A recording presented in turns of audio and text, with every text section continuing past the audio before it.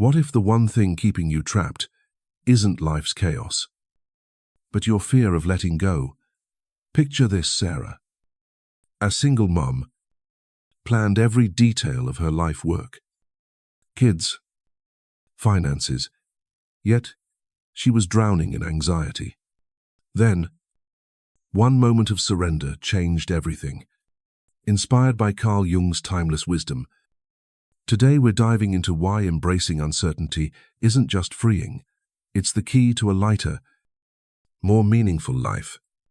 In this video, you'll discover 5 practical steps to let go of control, trust your inner voice, and find peace in the unknown.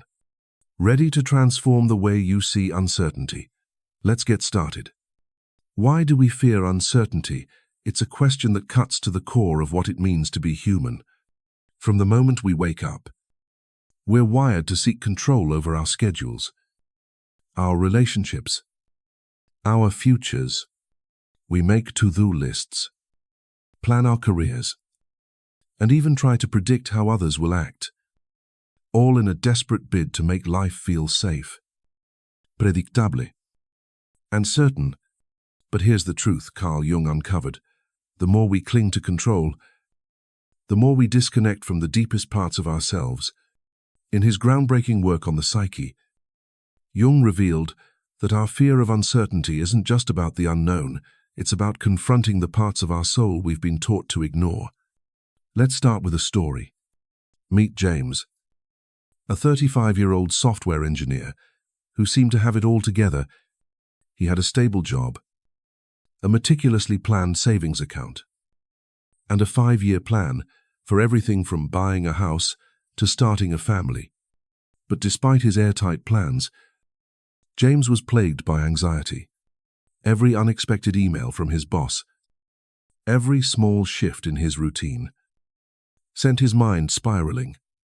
Why? Because deep down, James wasn't just afraid of what might happen next. He was terrified of losing the illusion that he could control it. Jung would say James was caught in a classic battle between the ego and the soul. In Jungian psychology, the ego is the conscious part of us, the I that plans, organizes, and strives for order. It's the voice that says, if I can just figure this out, I'll be okay. The soul, on the other hand, is the unconscious, the vast, mysterious realm of instincts, dreams, and emotions that doesn't care about your calendar or your to-do list. Jung believed that the ego's obsession with control is rooted in a primal survival instinct. Thousands of years ago, our ancestors needed to predict the weather, spot predators, or find food to survive. Uncertainty could mean death. So, our brains evolved to crave certainty, to seek patterns, to make the world feel safe. But here's where it gets tricky. In today's world, the dangers aren't lions or storms, they're unanswered emails, shifting relationships, or the nagging question, am I on the right path? Yet our brains still react as if uncertainty is a life or death threat. When life feels unpredictable, the ego panics, flooding us with anxiety, doubt, or even anger. Jung saw this as a disconnection from the soul. The ego wants to dominate, to keep everything in neat boxes. The soul, however, thrives in the unknown, where growth, meaning, and transformation live. As Jung famously said, the modern man no longer sees God because he no longer looks inward. When we fear uncertainty, we're not just afraid of the future, we're afraid of facing the unconscious, the dark side of the moon, of our psyche. Let's look at another example. Maria, a 28-year-old teacher, spent years trying to control every aspect of her life. She chose a safe career, stayed in a relationship that no longer felt right, and avoided risks, like moving to a new city because she feared the unknown. But the more she tried to control her life, the emptier she felt. One day, after a particularly tough breakup, Maria found herself at a crossroads. She could keep clinging to her old plans, or she could take a leap into the unknown, moving to a new city to pursue her passion for writing. It was terrifying, but when she finally let go, something shifted. For the first time, Maria felt alive, as if she was reconnecting with a part of herself she'd long ignored. Jung called this moment the beginning of individuation, the lifelong journey of becoming your true self. He believed that uncertainty isn't the enemy, it's the doorway to the unconscious, where the soul speaks in symbols, dreams, and fleeting intuitions. When we resist uncertainty, we're not just fighting life's unpredictability, we're fighting the natural rhythm of our own growth. The ego wants a map, a clear path forward. The soul, however, it doesn't need a map, it needs experience. It needs to feel the messiness of life, to uncover its deeper truths. So why is it so hard to let go? Part of it is cultural. We live in a world that worships certainty. Success is measured by achievements, plans, and outcomes. We're taught to value knowledge over intuition, results over process. But Jung reminds us that the unconscious doesn't speak in spreadsheets or 5-year plans. It speaks in images, emotions, and moments of quiet knowing. When we fear uncertainty, we're often ignoring those subtle signals from the soul. Think about the last time you felt anxious about the future. Maybe it was a job change, a relationship decision, or just a vague sense of unease. That anxiety wasn't just about what might happen, it was a signal from your unconscious, asking you to listen, to pause, to trust. Here's a practical takeaway. The next time uncertainty creeps in, don't rush to fix it. Instead, ask yourself, what is my soul trying to tell me? Maybe it's urging you to let go of an outdated plan, like Maria did, or to face a fear, like James. Jung believed that uncertainty is the soul's way of inviting us to grow. It's not a threat, but a teacher, guiding us toward a deeper connection with ourselves. As Jung put it, only in the obscurity of the unknown can we recognize the inner light.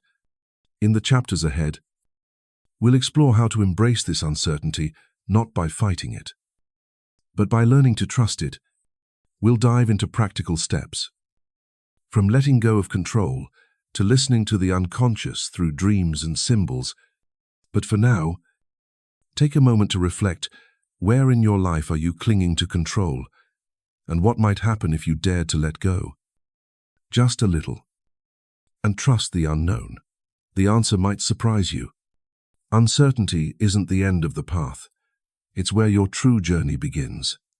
What happens when we cling to control? It's a question. Carl Jung spent his life unraveling. And the answer isn't pretty. When we grip life too tightly, trying to force every outcome into place, we don't just exhaust ourselves, we create a cycle of suffering that dims the soul's light. Jung taught us that the ego, that part of us obsessed with order and certainty, is like a tyrant who believes it can rule the universe. But the more we let the ego dominate, the more we lose touch with the deeper, wiser part of ourselves, the soul. And that disconnection comes at a steep cost: anxiety, emptiness, and a life that feels strangely hollow, no matter how perfect it looks on the outside. Let's meet Emily, a 42-year-old marketing executive who lived by control. Her days were a masterpiece of planning, color-coded calendars, strict routines, even scripted conversations to avoid surprises. She prided herself on being on top of everything, but when her company downsized and she lost her job, Emily's world crumbled. The plans she'd built her identity around were gone, and she was left spiraling in panic. Why? because her ego had convinced her that control equaled safety. Jung would say Emily wasn't just fighting a job loss, she was fighting the soul's call to let go and trust the unknown. In Jungian psychology, the ego's need for control is a defense mechanism. It builds a persona, the mask we wear to fit into the world, successful professional, perfect parent, reliable friend. But when we identify too strongly with that mask, any crack in the facade feels like a threat to our very existence. Jung called this the shadow of the ego, the hidden part of us that fears vulnerability, failure, or simply not knowing. When we cling to control, we're not just avoiding uncertainty, we're avoiding the truth that we're human, imperfect, and part of a larger flow we can't fully command. The irony: the harder we try to control life, the more it controls us. Anxiety becomes our master, whispering fears of what if at every turn. Think about a time you tried to control something, a relationship, a work project, even your own emotions. Maybe you stayed up late obsessing over every possible outcome, only to feel drained and no closer to certainty. Jung saw this as the ego's futile war against the soul. The soul doesn't need perfection or predictability. It craves meaning, connection, and growth. When we prioritize control, we starve the soul, leaving us feeling empty, even if everything looks right on the surface. For Emily, losing her job wasn't just a career setback, it was a wake-up call. In therapy, she began to see that her relentless need for control had kept her from pursuing her true passion, painting. By clinging to her persona as a successful executive, she'd silenced the creative voice within. Here's where Jung's wisdom shines. He believed that suffering isn't caused by life's events, but by our resistance to them. When we fight uncertainty, when we refuse to let go, we trap ourselves in a cycle of tension and disappointment. The ego keeps saying, "If I just try harder, I'll fix this." But life, like a river, flows whether we fight it or not. The more we resist, the more we drown in stress. Jung's solution: stop fighting the current. Let the soul breathe. For Emily, this meant embracing the uncertainty of starting over. She took a painting class, not knowing where it would lead, and found a joy she hadn't felt in years. The lesson here is clear. Clinging to control doesn't protect us, it isolates us from our true selves. Jung taught that every crisis, every moment of uncertainty, is an invitation to reconnect with the soul. It's a chance to ask, what am I holding on to that no longer serves me? For Emily, it was her need to be perfect. For you, it might be a job, a relationship, or even an old belief about who you're supposed to be. The cost of control is a life half-lived. As we move forward, we'll explore how to let go and trust the flow, starting with practical steps to release the ego's grip. But for now, ask yourself, what's one thing you're trying to control?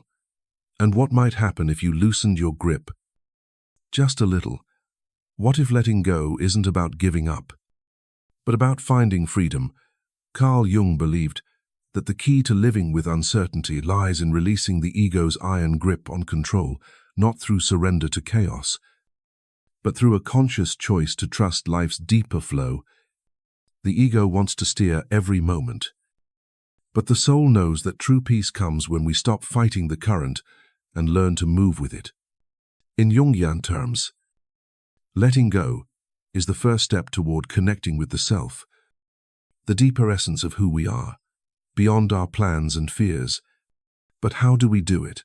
How do we loosen the ego's hold and embrace the unknown? Let's explore practical ways to let go and why it's the gateway to a lighter, more authentic life. Meet Lisa, a 31-year-old single mother who spent years trying to control every detail of her life. Between juggling work, parenting, and finances, she micromanaged everything to avoid surprises, but the stress was crushing her. One day, after a car repair bill threw her budget into chaos, Lisa hit a breaking point. Exhausted, she sat down and, for the first time, asked herself, what if I just let go, instead of obsessing over a new plan? She decided to focus on the present, spending an evening playing with her daughter instead of worrying about tomorrow. That small shift felt like a breath of fresh air. Jung would say Lisa was beginning to align with her soul, trusting the unconscious wisdom that flows when we stop forcing outcomes. Jung taught that letting go doesn't mean abandoning responsibility. It means releasing the illusion that we can control everything. The ego thrives on predicting and planning, but life is unpredictable by nature. When we cling to control, we resist the natural rhythm of existence. Like trying to hold water in our hands, Jung called this rhythm the self, the inner compass that guides us when we trust it. Letting go is about shifting from fear-based control to presence-based action. It's doing what's right in the moment without needing to know the outcome. For Lisa, this meant prioritizing small, meaningful choices like being fully present with her daughter over endless worrying. Here's a practical step to start. When anxiety about the unknown creeps in, pause and focus on the present moment. Try this simple exercise. Take 5 deep breaths and notice one thing around you: a bird chirping, the warmth of your coffee mug, the rhythm of your breath. This grounds you in the now, where the ego's what-ifs lose their power. Jung believed that presence opens the door to the unconscious, where intuition and insight live. In Lisa's case, focusing on the present helped her rediscover joy in small moments, which slowly rebuilt her trust in life's flow. Another example comes from Mark, a 50-year-old accountant who faced a midlife crisis. His career felt stale, but he clung to it out of fear of change. Inspired by Jung's idea of the self, Mark started journaling about what truly mattered to him. One question stood out: what would I do if I weren't afraid of failing? The answer led him to take a woodworking class, something he'd always wanted to try. It wasn't about quitting his job, it was about letting go of the need to define himself by it. That small act of trust sparked a new sense of purpose. Jung would call this a step toward individuation, where we align with our true essence by releasing outdated identities. Letting go, in Jung's view, is an act of courage. It's not passive. It's an active choice to trust the soul's wisdom over the ego's demands. Start small. Identify one area where you're gripping too tightly: a relationship, a goal, a fear. Ask, what's the smallest step I can take to loosen my hold? Maybe it's saying no to an obligation or trying something new without a clear plan. As Jung put it, life is a mystery which must be lived, not a problem to be solved.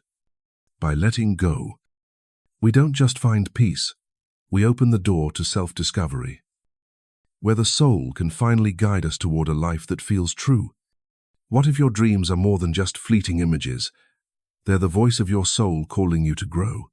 Carl Jung believed that the unconscious speaks in a language far richer than words. Using dreams, symbols, and subtle intuitions to guide us through life's uncertainties. While the ego demands control and clarity, the soul communicates through vivid images and metaphors, offering wisdom that can transform how we face the unknown. For Jung, dreams aren't random or meaningless. They're like handwritten letters from the deepest part of ourselves, inviting us to listen, reflect, and discover who we truly are. By learning to hear this inner voice, we can find clarity, inner peace, and a path to self-discovery.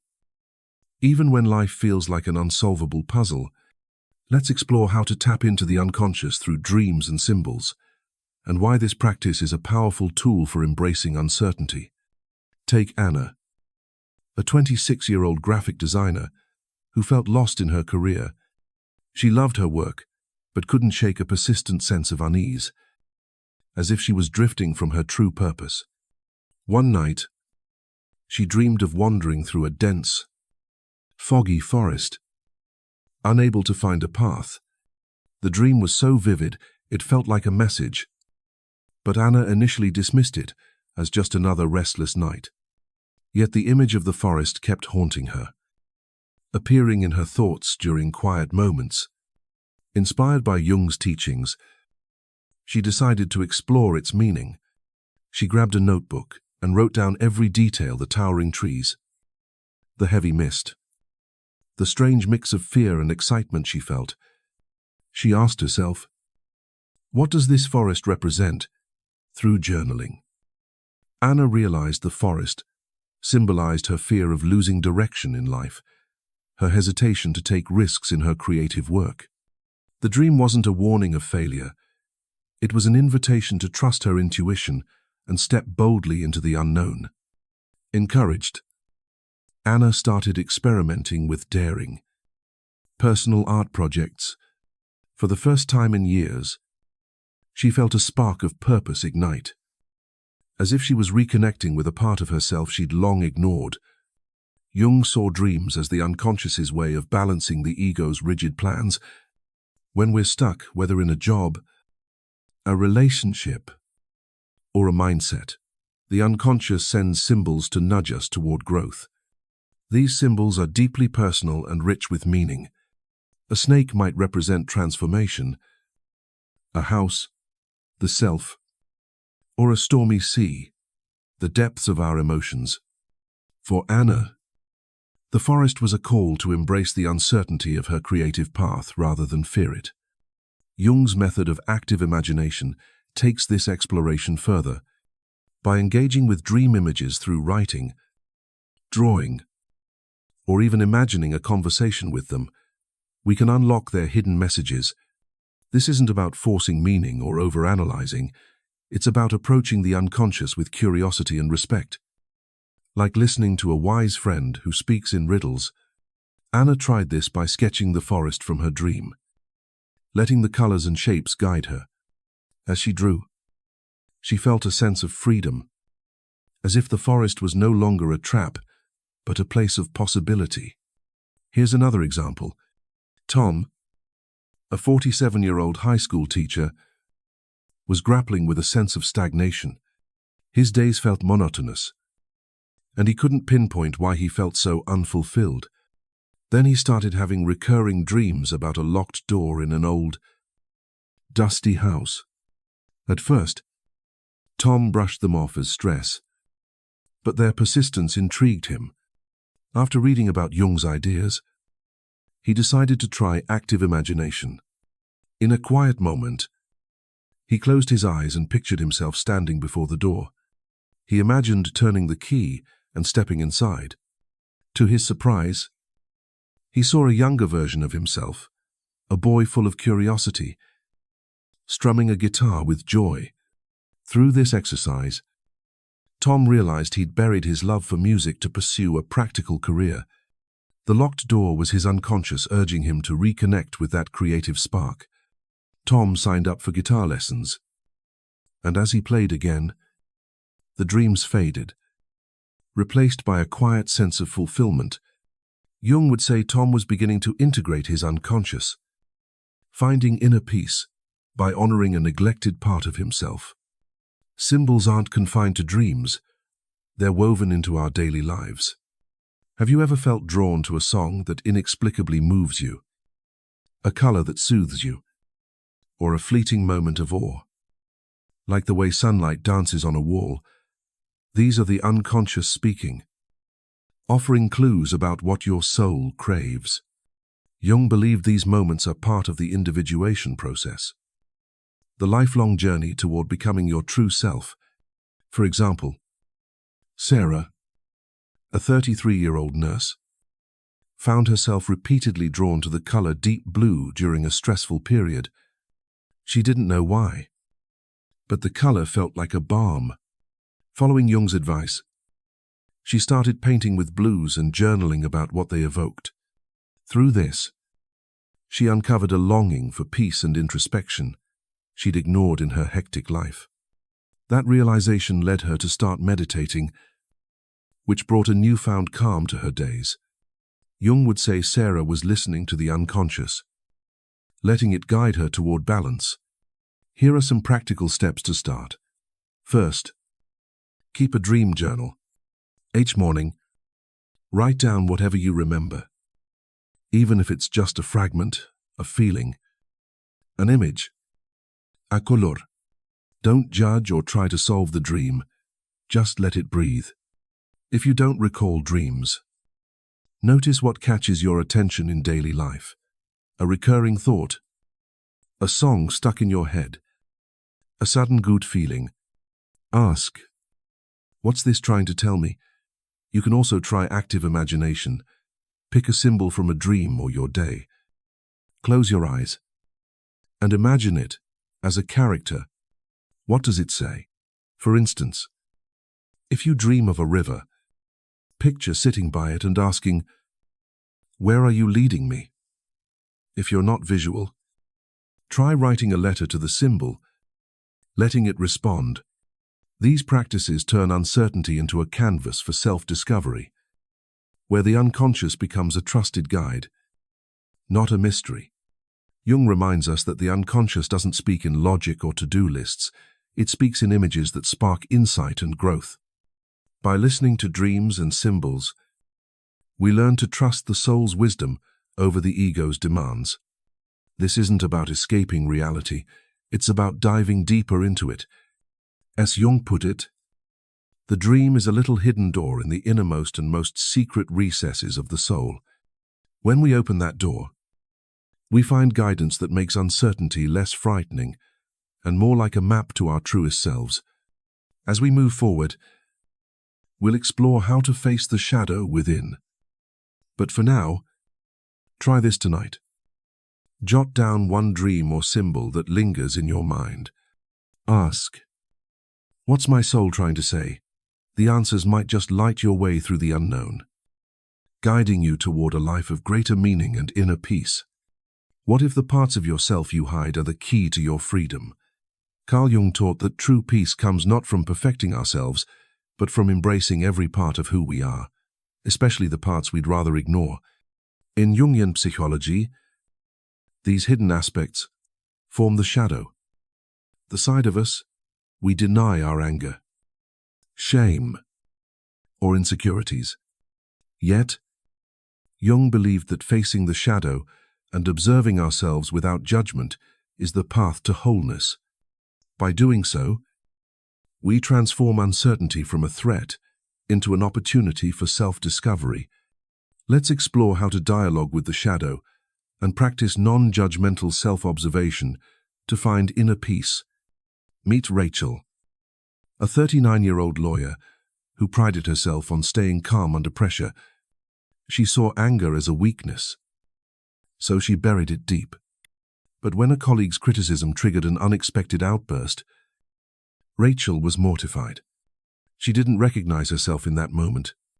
Inspired by Jung's concept of the shadow, she decided to face this hidden part. Instead of suppressing her anger, she sat with it, asking, what are you protecting through journaling? Rachel realized her anger stemmed from a fear of being seen as inadequate. By acknowledging this, she felt lighter, as if a weight had lifted. Jung would say Rachel was beginning to integrate her shadow, turning a source of shame into a source of strength. The shadow isn't evil, it's simply the parts of us we've pushed away to fit in.